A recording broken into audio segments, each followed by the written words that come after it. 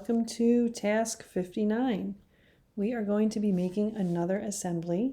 Before we get started, I recommend that you get yourself a mouse connected to your computer. It's going to make your life a lot easier. So, to get started, you want to find the sidebar item shared with me, and in that menu, look for a file that I shared with you called Starter Assembly. When you open that document, it should be a document that you actually can't edit until you make a copy. So let's choose to copy workspace and make sure you give it your name. So task 59, I'm giving it my name, and I'll store it in my folder, my classwork folder. And you should do the same. We are going to take these parts from our part studio and make them into an assembly. Let's start by clicking the plus sign here and adding a new tab where we create an assembly. I'm going to rename my tab. I'll call it task 59 basic assembly.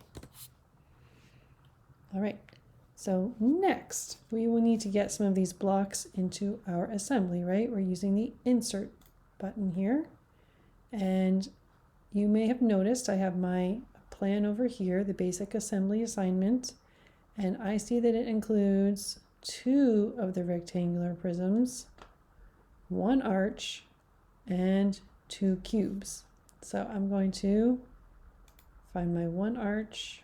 I'm going to click twice on the cube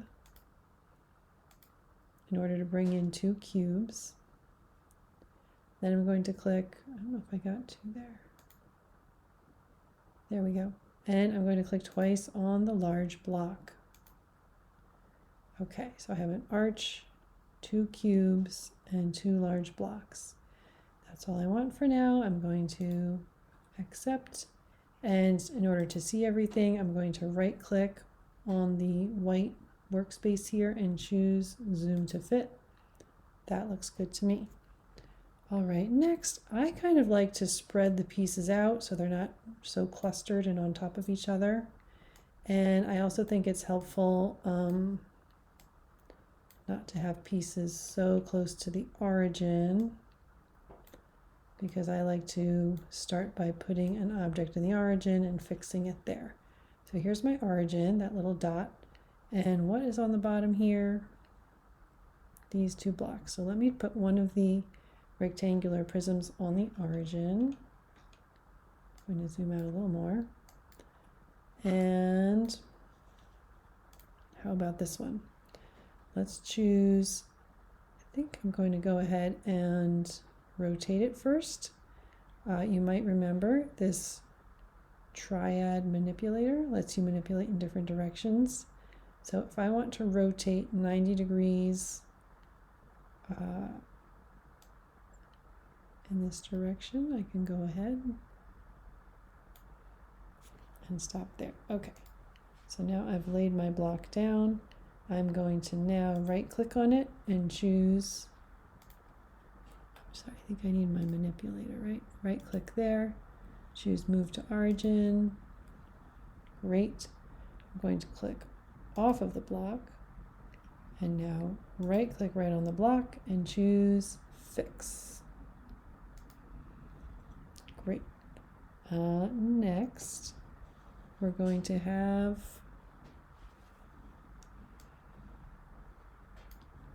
why don't we start connecting our blocks here? So connected, I'm going to use that block on the origin as this one on the left, and needs to connect to the arch.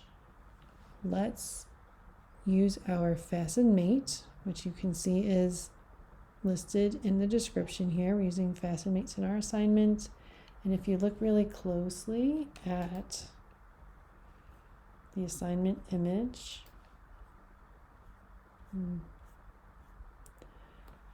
you can even see these symbols look like the fasten mate symbol. I can kind of see it. So we want to join, I'm going to do this join right now. We're going to find fastened mates. I'm going to click on the edge, not a face, but the edge of this rectangular prism. And then I'm going to click on I'm going to click on this edge, this kind of inner edge of the left foot of the arch. And that kind of brings the arch right where I want it. I'm going to go back to the isometric view. That looks good.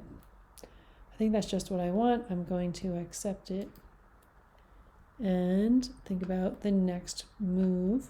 Let's do the other side here. We're going to join this lower block to the arch also. Let's do what we did earlier. We'll click on it once. We'll rotate 90 degrees. That's good. And then we will use our fasten mate tool to join the upper left edge to the inner edge of the right foot of the arch. Let's see, how does that look? I think that looks great. So we're going to accept our change and we're going to think about what is our next move. We've got to get these two blocks on top of our arch. So you might think about some different ways to do this. One thing that you could probably do is use the fasten mate and use an offset. So we'll kind of have our edges joined, and then when we join, tell the fastener that we need it to be a little bit offset. Let's try that. We're going to click on fasten. We're going to click on one bottom edge of the cube, and one edge, upper right edge of the arch. That brings them together. I'm going to look at this from the front. So what we need to do is shift this cube over so that some of it is kind of hanging off the edge here. In that case, okay. In order to do that, let's make an offset and think about maybe rotating along one of these axes.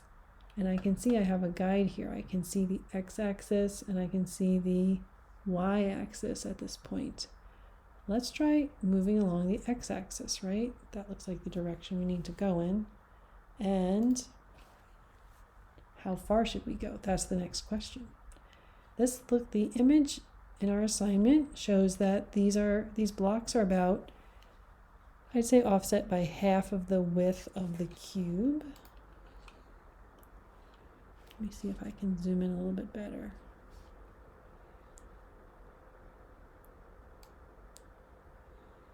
So let's check what is the width of the cube. I'm going to go back to the part studio where the cube was made. I'm going to look at the sketch. There's one sketch with all of our blocks here. I'm going to show dimensions. And it looks like the width of the cube is 1.125. Half of that would be a little more than 0.5, right? Maybe 0.55. So let's go over here. We'll go back to our fasten joint and edit. We're going to move on the x-axis by 0.55. Now, if the number is positive, it goes in one direction. If it's negative, it'll go in the other direction. Let's see what direction we go in. Oh, we went just where we need to go. Okay, positive got us there. So now let's do kind of the same thing for this side. We'll get our fastened mate.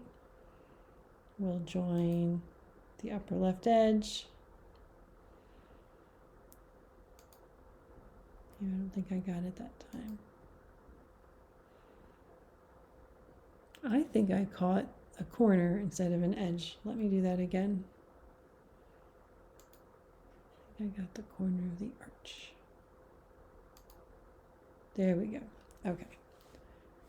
So we got the edge, not the corner that time. And once again, we are not quite hanging off the way we want to. So we want to move this block, I think about the same distance, right? Half the width of the cube. Let's try 0.55 again on the x-axis. See our x-axis here? Let's see what direction we go in. Oh, that looks good again. I'm going to accept it. Okay, so if you find that your cubes went in the opposite direction that you wanted them to go, try changing your value from a negative to a positive or a positive to a negative. That might just do the trick. All right, so now that we have our blocks arranged or assembled, I believe our instructions call for putting your name on one of the blocks. So I'm just going to scroll over so you can see the instructions, right? We want to make sure we put our name on everything. We inserted our objects, we fixed them, we assembled them. Yeah, I think we just need our name. So let's go back to the Part Studio. That's where we can engrave our name on a block and sketch right on this face. And then we can see the result, hopefully, in the assembly. I'm going to look at this from the front direction. Let me get my name here.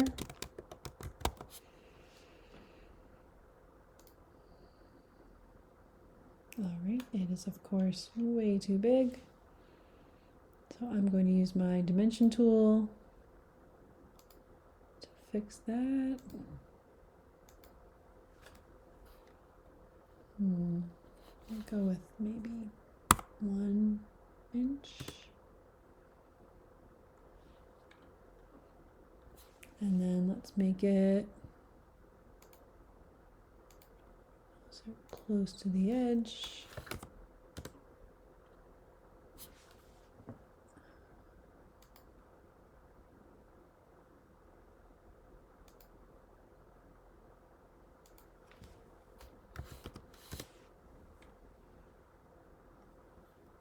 Okay. And of course I want to extrude.